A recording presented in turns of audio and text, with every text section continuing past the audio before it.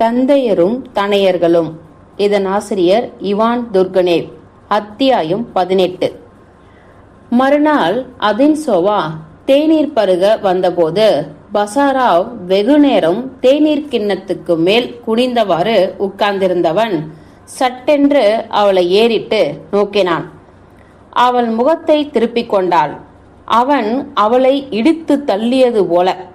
இரவுக்கு பின் அவளுடைய முகம் சற்றே வெளிரி இருந்ததாக அவனுக்கு தோன்றியது. அவள் விரைவில் தன் அறைக்கு போய்விட்டு காலை சிற்றுண்டிக்குத்தான் திரும்பி வந்தாள். காலையிலிருந்தே மழை தூறிக்கொண்டிருந்தது.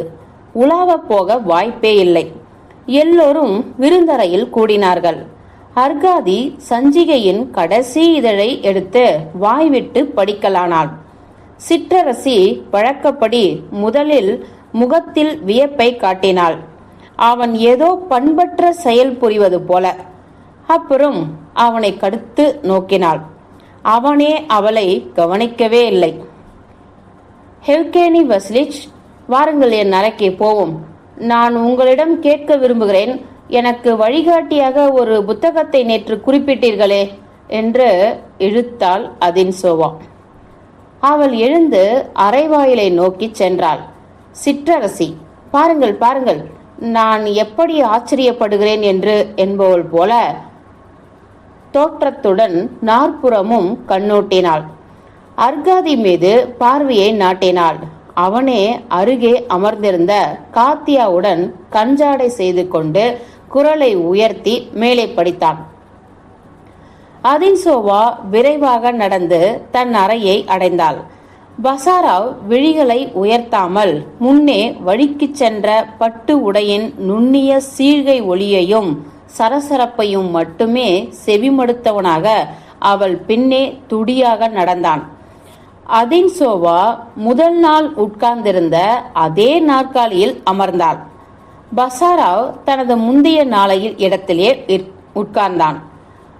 அப்படியானால் அந்த புத்தகத்தின் பெயர் என்ன என்று சிறிது நேர மௌனத்துக்கு பின் பேச்சை தொடங்கினாள் அதின்சோவா. பெலூசும் பிரேமியும் ரசாயனத்தின் பொது கோட்பாடுகள் என்று பதிலளித்தான் பசாராவ். ஆனால் கானே சோதனை பௌதிகவியல் ஆரம்ப பாட புத்தகம் என்ற நூலை படிக்கும்படி உங்களுக்கு சொல்லுவேன். இந்த புத்தகத்தில் படங்கள் இன்னும் துலக்கமானவை. பொதுவாகவே இந்த பாட புத்தகம். அதின்சோவா கையை நீட்டினாள். ஹெவ்கேனி வஸ்லிச், என்னை மன்னிங்கள். நான் உங்களை இங்கு அழைத்தது பாட புத்தகங்களை பற்றி சர்ச்சை செய்வதற்காக அல்ல. நமது நேற்றைய உரையாடலை தொடர விரும்புகிறேன். நீங்கள் அப்படி திடுதிப்பென்று போய்விட்டீர்கள். உங்களுக்கு அலுப்பாயிருக்குமோ? நான் உங்கள் தொண்டுக்கு காத்திருக்கிறேன். ஆனா செர்கேவ்னா, ஆனால் நேற்று நாம் எதை பற்றி உரையாடினோம்? அதின்சோவா பசாராவை ஓரக்கண்ணால் பார்த்தாள். நாம் இன்பத்தை பற்றி பேசினோம் என்று நினைக்கிறேன். நான் உங்களுக்கு என்னையே பற்றி சொன்னேன்.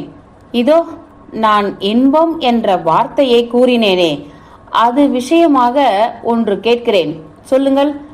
நாம் சங்கீதத்தையோ இனிய மாலை வேளையையோ மனதுக்கு பிடித்தவர்களுடன் உரையாடலையோ அனுபவித்து கொண்டிருக்கும் போது கூட இவையெல்லாம் மெய்யான இன்பம் அல்ல. அதாவது நாமே பெற்றிருக்கும் இன்பம் அல்ல. எங்கேயோ நிலவும் அளவு கடந்த இன்பத்தை குறிப்பால் காட்டுபவை மட்டுமே என்று நமக்கு தோன்றுகிறதே, அது ஏன்? எதனால் இப்படி தோன்றுகிறது? அல்லது இந்த மாதிரி உணர்ச்சி எதுவும் உங்களுக்கு ஏற்பட்டதில்லையோ? ஒருவேளை நாம் இல்லாத இடத்தில் இன்பம் பொங்குகிறது என்ற ருஷ்ய பழமொழி உங்களுக்கு தெரியுமே என்று மறுத்துரைத்தான் பசாராவ். தவிர நீங்கள் மனநிறைவு அடையவில்லை என்று நீங்களே நேற்று சொன்னீர்களே. இந்த மாதிரி எண்ணங்கள் என் மூளையில் உதிப்பதே கிடையாது. உங்களுக்கு அவை கேளிக்கை கூறியவையாக படுகின்றனவோ? இல்லை, ஆனால் அவை என் மூளையில் உதிப்பதே கிடையாது. உண்மையாகவா? கேளுங்கள், எதை பற்றி நீங்கள் நினைக்கிறீர்கள் என்று தெரிந்து கொள்ள எனக்கு மிகவும் ஆசையாக இருக்கிறது. என்ன? நீங்கள் கேட்பது எனக்கு புரியவில்லை. கேளுங்கள். உங்களிடம் பேசி தெளிவுபடுத்திக் கொள்ள வெகு நாட்களாகவே எனக்கு விருப்பம். நீங்கள் சாதாரண ரகத்தை சேர்ந்த மனிதர் அல்ல என்பதை உங்களுக்கு சொல்ல வேண்டியதில்லை. நீங்களே அறிவீர்கள். நீங்கள் இன்னும் இளைஞர் வாழ்நாள் முழுவதும் உங்கள் முன்னே இருக்கிறது. நீங்கள் உங்களை எதற்கு தயார்படுத்திக் கொள்கிறீர்கள்? எந்த மாதிரி வருங்காலம் உங்களை எதிர்நோக்கி இருக்கிறது? நான் என்ன சொல்ல விரும்புகிறேன் என்றால், எந்த குறிக்கோளை அடைய நீங்கள் ஆசைப்படுகிறீர்கள்? நீங்கள் எங்கே போகிறீர்கள்? உங்க உள்ளத்தில் என்னதான் இருக்கிறது? சுருக்கமாக யார் நீங்கள்? என்ன ஆக விரும்புகிறீர்கள்? நீங்கள் என்னை வியப்பில் ஆழ்த்துகிறீர்கள் ஆனா செர்கேவ்னா. உங்களுக்கு தெரியும் நான் இயற்கை விஞ்ஞானம் பயில்கிறேன் என்பது. நான் யார் என்பதோ? யார் நீங்கள்? நான் ஏற்கனவே உங்களிடம் சொல்லிவிட்டேன், நான் வருங்கால நாட்டுப்புற மருத்துவன் என்று. அதின்சோவா உடல் அசைவால் பொறுமையின்மையை காட்டினாள். எதற்காக இப்படி சொல்கிறீர்கள்? இதை நீங்களே நம்பவில்லை. அர்காதி எனக்கு இந்த மாதிரி பதில் சொல்லலாம், ஆனால் நீங்கள் சொல்லக்கூடாது. எந்த வகையில் அர்காதி? நிறுத்துங்கள். இவ்வளவு அடக்கமான செயலில் நீங்கள் மனநிறைவு பெறுவது முடியுமா எங்கேயாவது? தவிர நீங்களே தான் எப்பொழுதும் சொல்கிறீர்களே, உங்கள் வரையில் மருத்துவ இயல் நிலவவே இல்லை என்று. இவ்வளவு தன்மானம் உள்ள நீங்களாவது நாட்டுப்புற மருத்துவர் ஆகுவதாவது என்னை எப்படியாவது தட்டி கழிப்பதற்காகவே இப்படி சொல்லுகிறீர்கள். ஏனென்றால் என் மேல் உங்களுக்கு நம்பிக்கையே இல்லை.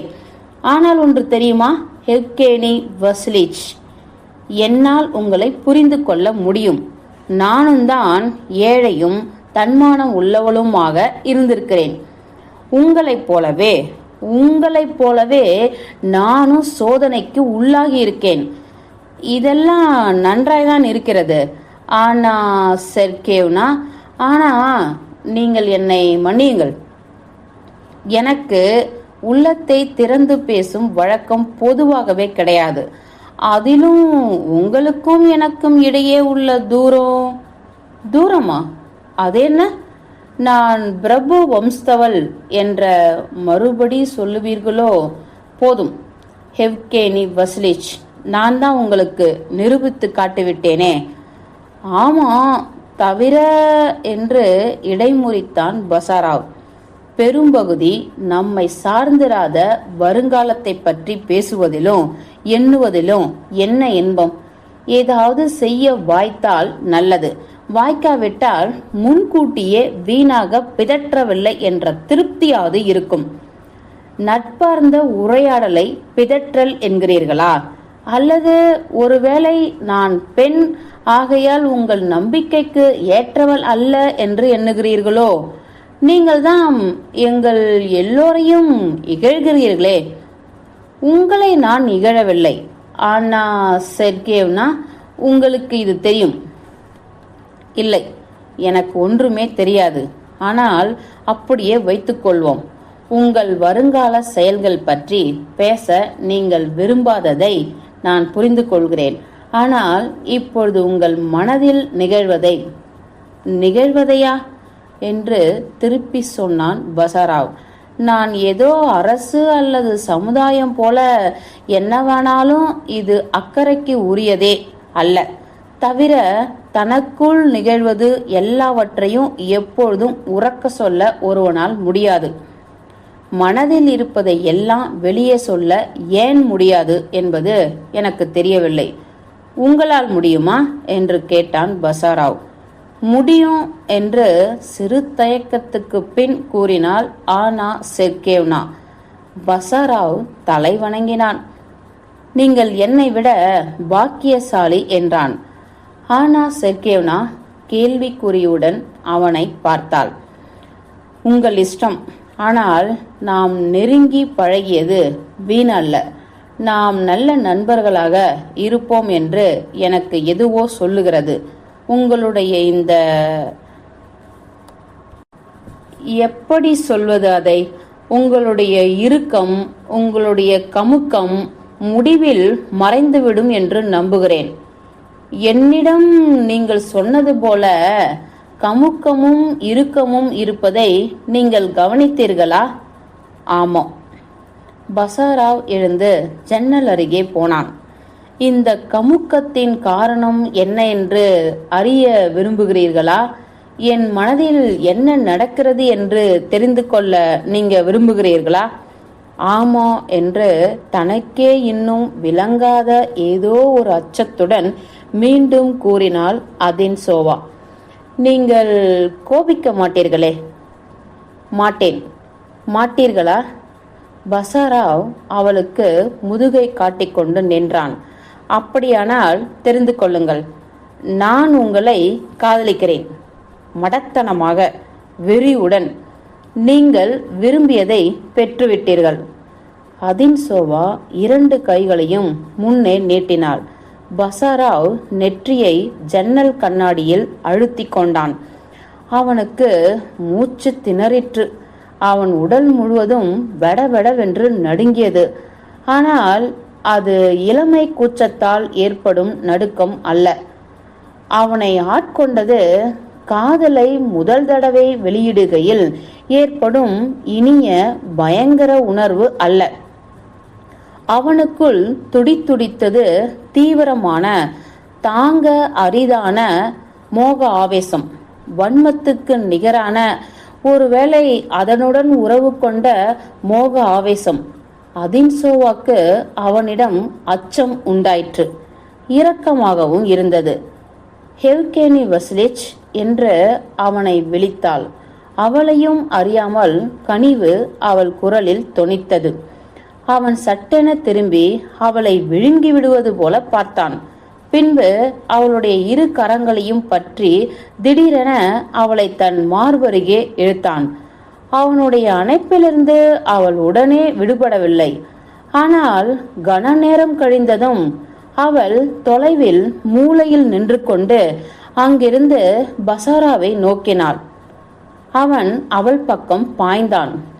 நீங்கள் என்னை புரிந்து கொள்ளவில்லை என்று அச்சமும் பரபரப்புமாக கிசுகிசுத்தாள் அவள்.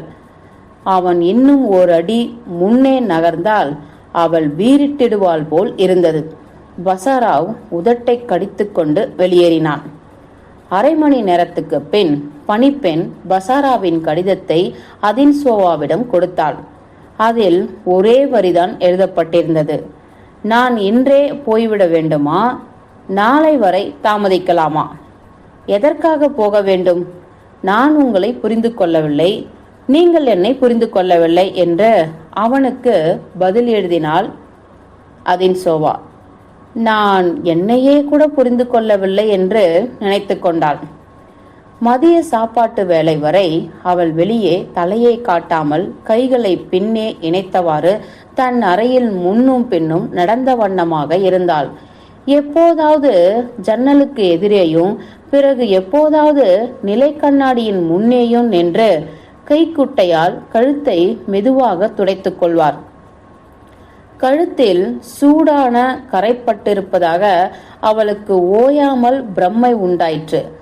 பசாராவ் கூறியது போல அவனது உளம் திறந்த பேச்சை விரும்பி பெறும்படி தன்னை நிர்பந்தித்தது எது? தான் எதையும் முன்கூட்டியே எதிர்பார்க்கவில்லையா என்று தன்னைத்தானே கேட்டுக்கொண்டாள். குற்றவாளி நான் தான், ஆனால் இப்படி நடக்கும் என்று என்னால் யூகிக்க முடியவில்லை என்று வாய்விட்டு சொன்னாள். சிந்தனையில் ஆழ்ந்தாள். பசாராவ் தன்னை நோக்கி பாய்ந்தபோது அநேகமாக விலங்கினுடையது போல தோன்றிய அவனுடைய முகம் நினைவுக்கு வந்ததும் நாணி சிவந்தாள். அல்லது என்று திடீரென கூறி நின்று கூந்தல் சுருள்கள் குலுங்க தலையை வெட்டி அசைத்தாள். கண்ணாடியில் தன்னை பார்த்து கொண்டாள். பாதி மூடிய விழிகளிலும் பாதி திறந்த உதடுகளிலும் மர்ம புன்னகை தவழ பின்னே சாய்ந்திருந்த அவளுடைய தலை அந்த கணத்தில் அவளுக்கு ஏதோ கூறியது போல் இருந்தது. அதனால் அவளே கூச்சமும் குழப்பமும் அடைந்தாள். இல்லை, இது எங்கே இட்டு சென்றிருக்குமோ ஆண்டவனுக்குத்தான் தெரியும். இதனுடன் விளையாடக்கூடாது. என்னவானாலும் நிம்மதி உலகில் எல்லாவற்றையும் விட மேலானது என்று கடைசியில் தீர்மானித்தாள். அவளுடைய நிம்மதி குலையவில்லைதான். ஆனால் அவள் துயரம் அடைந்து ஒரு தடவை கண்ணீர் கூட சிந்தினாள். எதற்காக என்று அவளுக்கே தெரியவில்லை. தனக்கு ஏற்பட்ட அவமானத்தால் அல்ல என்பது மட்டும் நிச்சயம். தான் அவமதிக்கப்பட்டதாக அவள் உணரவில்லை. தான் குற்றவாளி என்ற உணர்வே அவளுக்குள் மேலோங்கி இருந்தது. தெளிவற்ற பலவித உணர்ச்சிகளாலும் வாழ்க்கை கழிந்து செல்கிறது என்ற உணர்வாலும் புதுமை விருப்பத்தாலும் தூண்டப்பட்டு அவள் குறித்த வரம்பு வரை செல்லவும் அதற்கு அப்பால் எட்டி பார்க்கவும் தன்னை கட்டாயப்படுத்தி கொண்டாள். அந்த வரம்புக்கு அப்பால் அவள் கண்டது அடியற்ற கிடங்கு கூட அல்ல, ஒரே வெறுமை அல்லது அவலட்சணம். அத்தியாயம் 18 முடிந்தது.